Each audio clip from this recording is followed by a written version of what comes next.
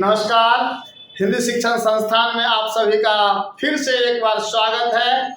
आज मैं 2026 में इंटर की बोर्ड परीक्षा देने वाले विद्यार्थियों के लिए 25 प्रश्नों का सेट लेकर आया हूं और ये 25 प्रश्न अत्यंत महत्वपूर्ण प्रश्न हैं और सभी प्रश्न ऑब्जेक्टिव है और इस वर्ष की बोर्ड परीक्षा में पूरा संभावना है इन प्रश्नों के पूछने के। तो अब जो है आप एक एक प्रश्नों का उत्तर जानिए। हिंदी शिक्षण संस्थान से आप जुड़े हुए हैं। पहला प्रश्न है, किस नदी को केंद्र में रखकर ओ सदा निरा पाठ लिखा गया? किस नदी को केंद्र में रखकर ओ सदा निरा पाठ लिखा गया? ऑप्शन है ए गंगा, बी यमुना, सी कोसी और डी ऑप्शन है गंडक। सही उत्तर इसका होगा गंडक। दूसरा प्रश्न है, कामायनी के रचनाकार कौन है? कामायनी महाकाव्य है और कामायनी महाकाव्य के रचनाकार कौन है?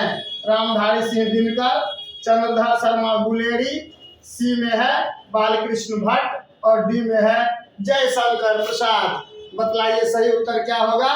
डी सही उत्तर है, जयशंकर प्रसाद। और तीसरा प्रश्न है, इनमें से कौन जयशंकर प्रसाद द्वारा रचित कृति नहीं है?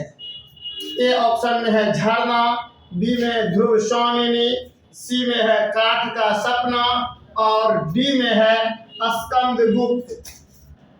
इनमें से जयशंकर प्रसाद द्वारा रचित कृति कौन नहीं है? तो सही उत्तर होगा काठ का सपना। और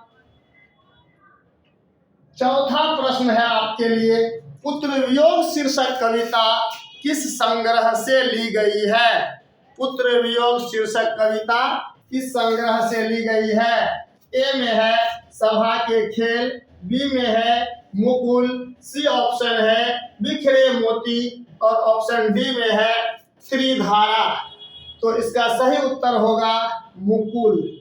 मुकुल पर 1930 ईस्वी में सुभद्रा कुमारी चौहान को हिंदी साहित्य सम्मेलन का शेक्सपियर पुरस्कार भी मिला था और 1930 में ही यह संग्रह प्रकाशित भी हुआ। पांचवा प्रश्न है आपके लिए, इनमें कौन छायावादी कवि है? ऑप्शन देखिए, इनमें से छायावादी कवि कौन है बतलाना है।